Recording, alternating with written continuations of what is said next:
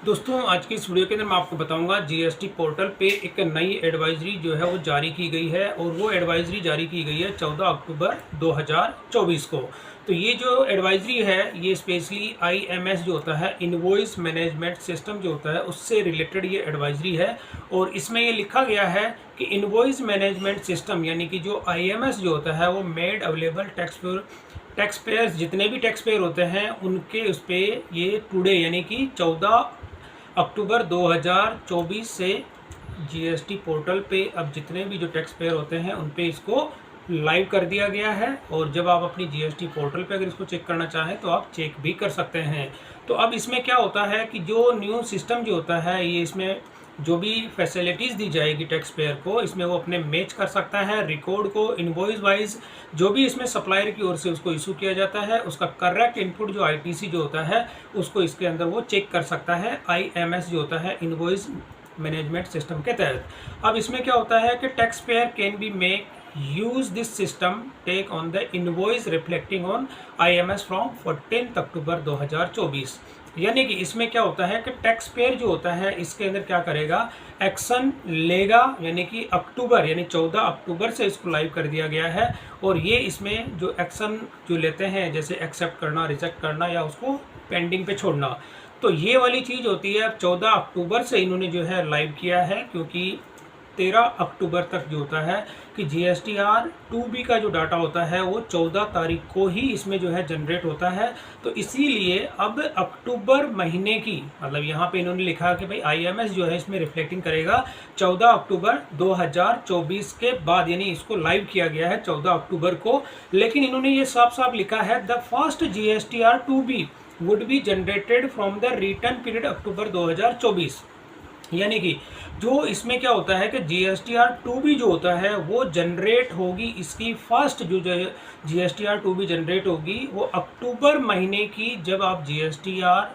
1 file करेंगे तो उस केस में क्या होगा कि ये 14 नवंबर 2024 को साफ साफ इन्होंने लिखा है कि इसकी the first GSTR 2B would be generated from the return period यानी कि जो पहली जीएसटीआर 2B होगी अक्टूबर की वो जनरेट हो जाएगी 14 नवंबर 2024 को। तो अभी यहाँ पर आप देखेंगे कि आपके जो जीएसटीआर 2B के अंदर इसको चेक करेंगे तो ये आईएमएस जो है इसको लाइव तो कर दिया गया है लेकिन ये अक्टूबर महीने की जो आपकी जीएसटीआर जब आप फाइल करेंगे और जब आपका जीएसटीआर 2B जनरेट होगी तो जनरेट होने से पहले आपको ये एक्शन लेना होगा उस टाइम पे क्योंकि अभी ये लाइव कर दिया लेकिन अभी आप देखेंगे किसी भी तरह का कोई भी एक्शन जो है आप इसमें नहीं ले सकते क्योंकि रिकॉर्ड्स जो अगर आप देखेंगे सबके अंदर 00 यहाँ पर शो करेगा क्योंकि ये लाइन ये कहती है कि पहली जो जीएसटीआर 2B वो जनरेट होगी अक्टूबर महीने की होगी क्योंकि अभी आप देखेंगे सितंबर महीने की अपनी जीएसटीआर 1 आपने फाइल की है और उसी के अंदर आप 2B का जो डाटा जनरेट होता है वो सितंबर महीने का हुआ है। तो सितंबर महीने की यहाँ पर जो इसमें आईएमएस जो होता है उसके अंदर डाटा आपको देखने को नहीं मिलेगा। केवल अक्टूबर महीने की जो आप अपनी जीएसटीआर 1 फाइल करेंगे और करने के बाद में जब आपकी 2B जनरेट हो जाएगी वो 14 नवंबर 2024 को जनरेट होगी। यहाँ पे इन्होंने साफ साफ लिखा कि 14 नवंबर 2024 को आपकी जो फर्स्ट जीएसटीआर 2B है वो जनरेट हो जाएगी। और इसी में जो कंसीडर जो इसका किया जाएगा कि जो भी आपने एक्शन उसमें लिया है इनवॉइस मैनेजमेंट सिस्टम के तहत यानी कि आपने जो जीएसटीआर 2B अगर जनरेट होने से पहले आपको उसमें एक्शन लेना होता है और एक्शन के अंदर जिस पे आपने एक्शन जिनको एक्सेप्ट किया है वही आपका 2B का पार्ट बनेंगे। और अगर आप जिस पे एक्शन नहीं लेते हैं तो वो बाय डिफ़ॉल्ट आपके एक्सेप्ट माने जाएंगे। तो यहाँ पे होता है it may be noted it is not mandatory to take action यानी कि इन्होंने साफ लिए लिखा है कि ये जो होता है कि अगर आपको नोट करना है कि ये कोई मैंडेटरी नहीं है यानी कंपलसरी नहीं है कि आपको उसमें एक्शन लेना ही लेना है। तो ये क्या होता है कि आईएमएस का जो डैशबोर्ड होता है इसमें जो 2B जो जनरेट होता है इसके लिए कोई मैंडेटरी नहीं है। अगर आप एक्शन नहीं भी लेते हैं तो वो बाय डिफ़ॉल्ट आपके एक्सेप्ट ही माने जाएंगे। तो ये चीज़ हो जाती है दोस्तों। यहाँ पर आप देखेंगे 14 अक्टूबर से आपके पोर्टल पे लाइव है। जैसे कि आप देखेंगे 15 अक्टूबर की डेट आज की डेट है। तो अब ये आप इसको चेक कैसे करेंगे आईएमएस जो होता है यानी इनवॉइस मैनेजमेंट सिस्टम को अगर आप चेक कैसे करेंगे तो इसके लिए भी मैं आपको बता देता हूँ। जैसे मैं चला जाता हूँ डैशबोर्ड पे तो जैसे मैं डैशबोर्ड पे जाता हूँ तो यहाँ पर आपको अपनी रिटर्न्स में जाना है। तो तो जैसे मैं यहाँ करता हूँ रिटर्न फाइल्स, और इसके अंदर मैं सितंबर महीने की बात करता हूँ, क्योंकि यहाँ पर आप देखेंगे सितंबर और ये हमने किया सर्च। तो इसमें आप देखेंगे GSTR 2B, आप देखेंगे जो सितंबर मंथ की जो होती है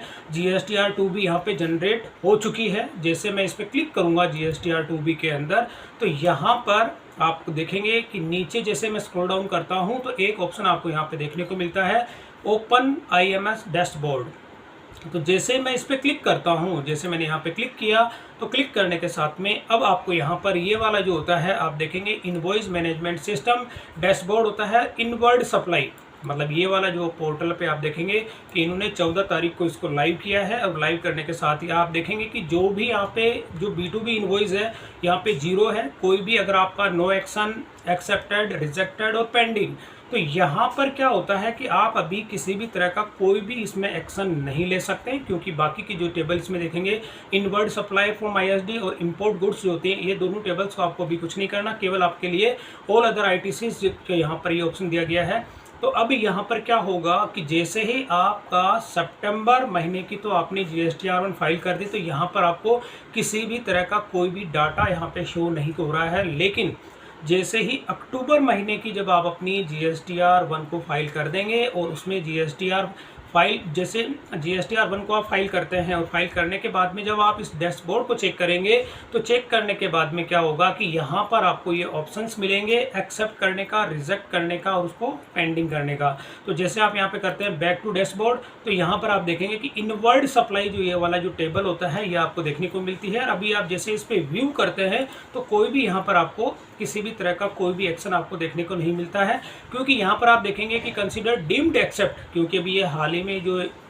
इन्होंने लॉन्च किया तो इसको डीम्ड एक्सेप्ट माना जाता है। तो ये वाली अक्टूबर के अंदर, मतलब आप देखेंगे कि ये वाला जो जितना भी डाटा यहाँ पे अपडेट होगा और जो आपको ITC जितना मिलता है, ये सारे के सारे आप देखेंगे कि जो अक्टूबर महीने की आपकी जितने इनवॉइस आपकी तरफ से इशू किए जाते हैं, चाहे वो B2B हो या B2C, जितने भी आपके होते हैं, तो स्पेशली ये B2B के लिए होता है, क्योंकि ITC जो आपको मिलती है B2B इनवॉइस जो होते हैं उन्हीं से आपको इसमें चेक करना होता है। तो ये सारे के सारे इनवॉइस जो होते हैं आप उसको टैली कर सकते हैं। टैली करने के साथ ही जिनको आपको एक्सेप्ट करना है आप एक्सेप्ट भी कर सकते हैं, जिनको रिजेक्ट करना चाहते हैं उसको आप रिजेक्ट भी कर सकते हैं। तो यहाँ पर अभी हाल फिलहाल के अंदर आप सितंबर मंथ के अंदर कुछ नहीं कर सकते, क्योंकि ये वाली जो जितने भी एक्शंस आपको लेने होंगे अक्टूबर महीने की जब आप अपनी GSTR 1 जो फाइल करेंगे उस टाइम आपको 3B से पहले आपको ये एक्शन लेना होगा। और इसकी एडवाइजरी मैं आपको पहले ही दिखा चुका हूँ, यहाँ पर आप देखेंगे तो ये वाली चीज़ होती है, ये वाला IMS जो होता है अभी GST पोर्टल पे लाइव है दोस्तों। और ये वाली जो होती है